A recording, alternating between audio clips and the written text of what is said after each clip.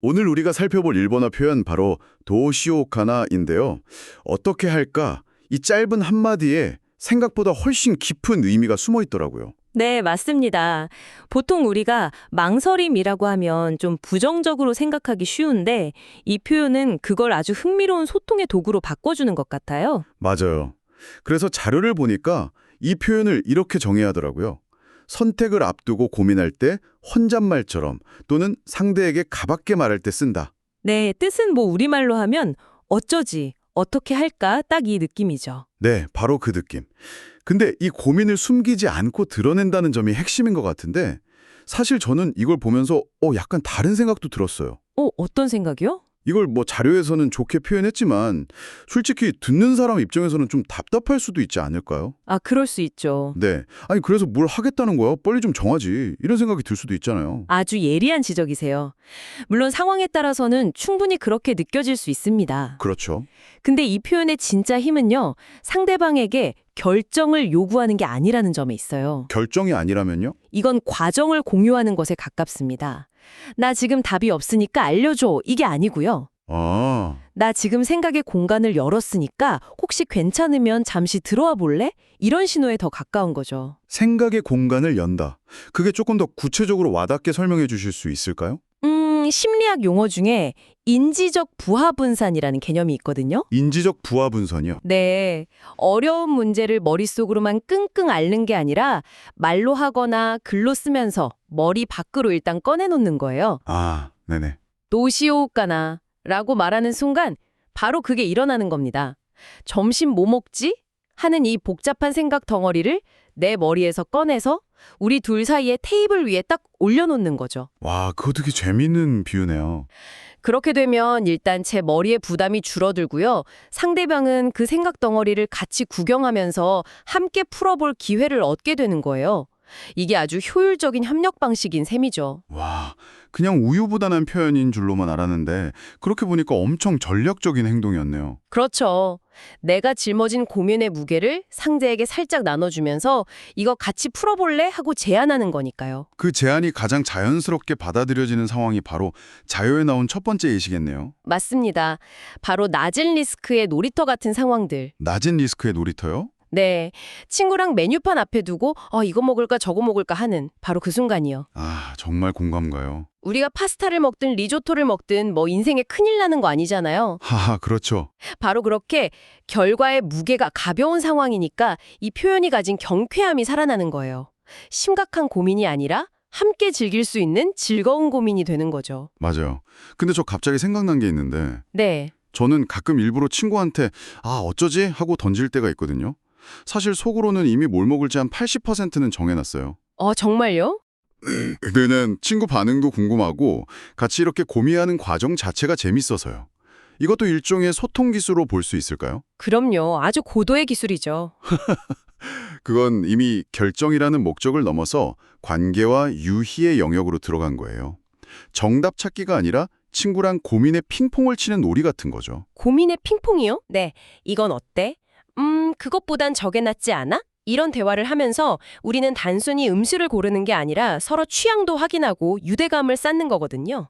도시효과라는 그 즐거운 게임을 시작하는 서브 같은 역할을 하는 거고요. 와, 제 속마음을 완전 들킨 것 같네요. 듣고 보니 메뉴 고르는 건 그래도 눈앞에 선택지라도 있잖아요. 그렇죠. 근데 정말 막막한 건 주말처럼 아무것도 정해진 게 없는 백지 상태일 때인 것 같아요. 그럴 때 도시효과라는 진짜 한숨처럼 나오던데요. 맞아요. 그게 바로 자료의 두 번째 예시, 주말 계획의 막막함이죠. 이 두 상황은 결이 완전히 달라요. 어떻게 다른가요? 메뉴 고르기는 여러 개의 문 중에 하나를 여는 선택의 문제에 가깝다면 주말 계획은 텅 빈 방을 무엇으로 채울지 정하는 뭐랄까 창조의 문제에 가까워요. 창조의 문제라니 그거 되게 와닿네요. 특히 요즘에는 SNS 같은 거 보면 다들 주말을 엄청 알차게 보내는 것 같아서 괜히 압박감도 느끼잖아요. 그렇죠. 그냥 집에 있으면 뭔가 시간을 낭비하는 것 같고 잘 보냈다고 소문날 만한 뭔가를 해야 할 것 같은 그런 기분. 맞아요, 맞아요. 바로 그 압박감 속에서 도시옥간어는 외부의 시선이 아니라 내 내면의 목소리에 집중하게 만드는 첫 번째 실문이 되는 겁니다. 다른 사람이 아니라 나 자신에게 던지는 질문이군요. 네, 나는 진짜 뭘 하고 싶지? 하고요. 주말인데 또 시옥가나? 라고 중얼거리는 순간 머릿속에서 여러 목소리가 떠오르기 시작해요. 어떤 목소리들이요? 아, 나가서 사람 만나는 건 좀 피곤한데? 하는 목소리도 있고, 그래도 집에만 있긴 좀 심심하지 않아? 하는 목소리도 있죠. 네, 늘 싸우죠, 그 둘이. 그렇죠. 이 서로 다른 욕구들을 수면 위로 꺼내놓고 조율하는 과정을 통해서 비로소 아, 지금 나는 혼자 조용히 쉴 시간이 필요하구나. 그럼 집에서 영화나 봐야겠다. 같은 진짜 내 마음에 가까운 결론에 도달하게 되는 거죠. 남들한테 보여주기 위한 계획이 아니라 정말 나를 위한 시간을 만드는 과정이네요. 바로 그거죠. 근데 문득 궁금한 게 전문가님은 이런 백지 상태의 고민을 하실 때 주로 어떤 결론을 내리세요? 밖으로 나가시는 편인가요? 집에 계시는 편인가요? 허를 찔렸네요. 솔직히 말하면 머리로는 나가서 햇볕도 좀 쬐고 생산적인 일을 해야지라고 생각하는데요. 네. 마음은 늘 집에서 아무것도 안 하고 싶다 쪽으로 기울가고요. 그래서 도시옥가나 한참 고민하다가 결국 소파랑 한 몸이 되는 경우가 대부분입니다. 정말 공감되네요. 저만 그런 게 아니었군요. 어쩌면 그 고민의 과정이 저한테는 아무것도 안 할 권리를 스스로에게 허락해주는 그런 의식 같은 건지도 모르겠어요. 와, 멋진데요.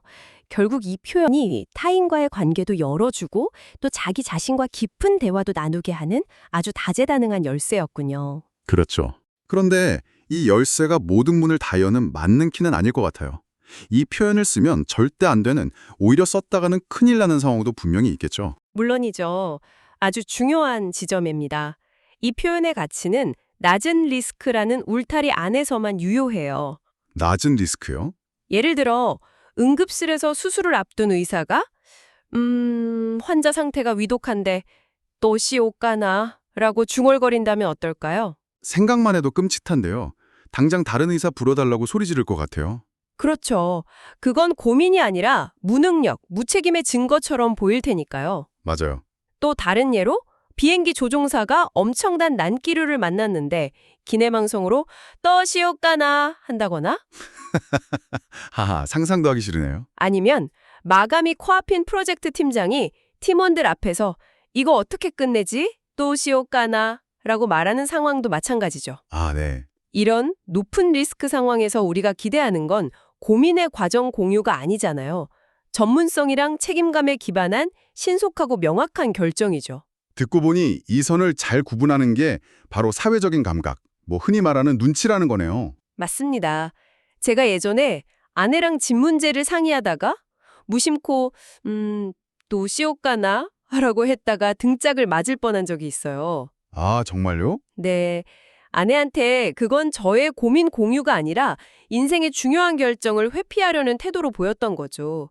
그 이후로는 이 표현은 점심 메뉴 고를 때만 아주 신중하게 사용하고 있습니다. 아주 값비싼 교훈을 얻으셨네요. 네. 결국 이 표현은 내 결정이 다른 사람에게 미치는 영향이 적고 또 틀려도 괜찮을 때라는 명확한 사용 조건이 있었던 거군요. 네. 그리고 바로 그 조건 때문에 이 표현이 아주 의외의 장소에서 강력한 힘을 발휘하기도 합니다. 의외의 장소라면요? 바로 수직적인 위계 질서가 있는 조직, 예를 들면 회사 같은 곳이죠. 회사요? 거기서는 오히려 쓰면 안 될 것 같은데요? 한번 상상해 보세요.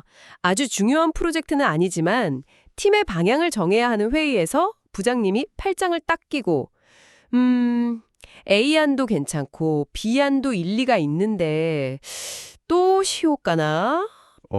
보통 그런 상황이면 부장님이 내 생각엔 A안이 좋으니 그걸로 해 라가 지시하는 그림이 익숙한데요. 그렇게 망설이는 모습을 보이면 팀원들은 좀 혼란스러워하지 않을까요? 처음엔 그럴 수 있죠.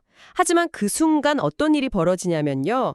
부장님이 가진 결정권이라는 권위가 잠시 테이블 아래로 내려옵니다. 아, 그 말이 내가 곧 정답을 말할 테니 너희는 들어라가 아니라 여기 비어있는 결정의 공간이 있으니 누구든 좋은 생각 있으면 채워봐라 라는 신호가 되는 거죠. 회의실의 공기가 바뀌겠네요. 그렇죠.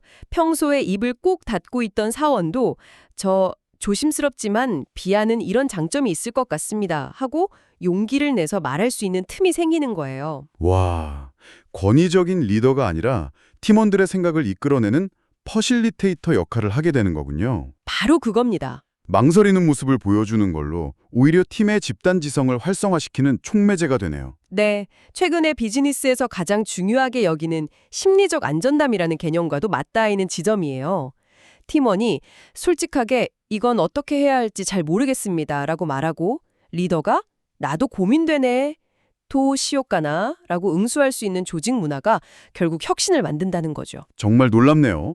그냥 일본어 표현 하나를 분석하는 줄 알았는데 소통의 기술부터 심리학, 리더스까지 이야기가 확장되네요. 네, 결국 어쩌지, 어떻게 할까라고 말하는 건 한국이나 일본이나 똑같은데 이 망설임의 순간에 대하는 태도에 어떤 지혜가 담겨 있는 것 같아요. 그 시간을 비효율적이거나 부정적으로 보는 게 아니라 오히려 소통과 창의성의 기회로 활용하는 지혜요? 맞습니다. 결정을 내리기 전에 그 회색지대, 그 애매하고 불확실한 시간을 견디고 또 기꺼이 공유하는 태도, 그것이 도시오카나라는 표현의 핵심이라고 할 수 있겠습니다. 오늘 우리는 도시효과나라는 이 짧은 표현 하나로 정말 깊은 이야기를 나눠봤네요.